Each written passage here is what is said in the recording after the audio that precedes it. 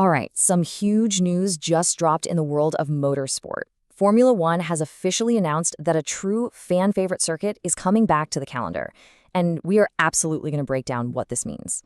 Yep, you heard that right. It is confirmed. After a few years away, the Portuguese Grand Prix is officially making its comeback. The ink is dry, the deal is done, and if you're a fan of pure, old-school racing, you have got to be excited. So, the big question is, what is it about this roller coaster of a track that everybody loves so much, and why now?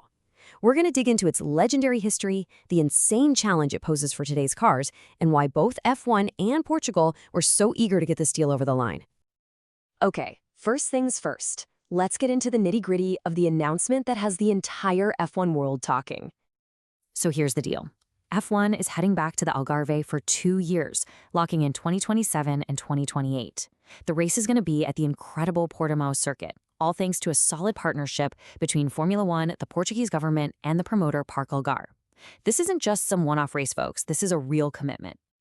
Now, for a lot of us, Portimão doesn't even feel like a distant memory. I mean, you'll remember this track was basically a hero during those wild pandemic seasons. It stepped up in 2020 and 2021, gave us some absolutely thrilling races, and instantly reminded everyone just how spectacular it really is.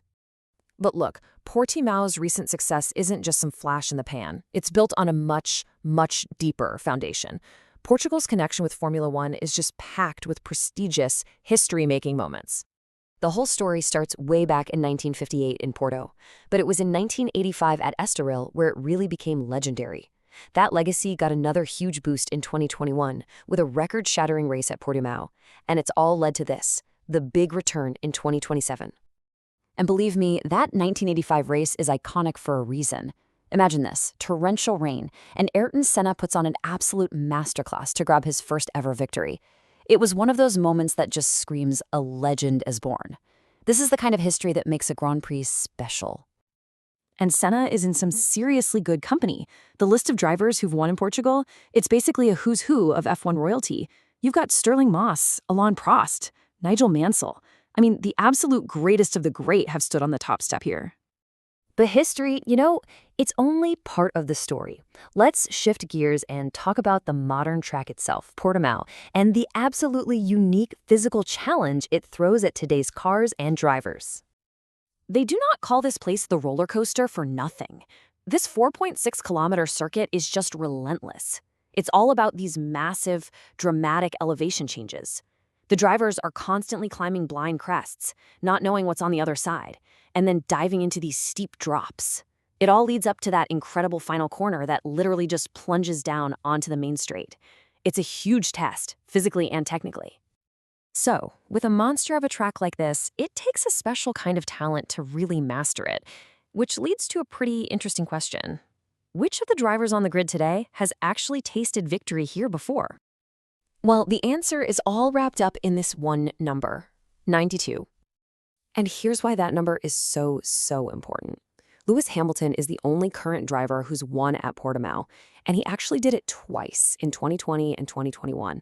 And that win was his 92nd career victory, the one that officially pushed him past Michael Schumacher's all-time win record. Just another legendary moment etched right into this circuit's incredible history. So we've got this phenomenal track. It's steeped in history. But this whole deal is about so much more than just what happens on the tarmac.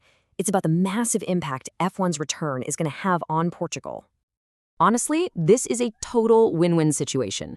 For Formula One, you get a track that guarantees excitement and connects with a seriously passionate Portuguese fan base. And for Portugal, man, this is a huge shot in the arm. It drives tourism, fires up the economy, and puts the country right on the global stage. And you don't have to take my word for it. F1 CEO Stefano Domenicali sums it up perfectly. He's talking about the fans' passion and the pure, non-stop action the track provides. It's exactly what the sport is looking for in a venue. Then you look at it from the government side, and their focus is crystal clear.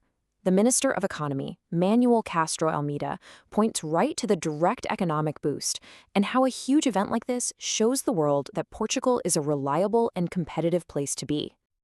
And finally, the circuit's own CEO, Jaime Costa, he brings it all back to what really matters, the experience. He knows that this roller coaster is going to push the best drivers in the world to their limits. And that struggle, that challenge, is exactly what creates an unforgettable show for the fans.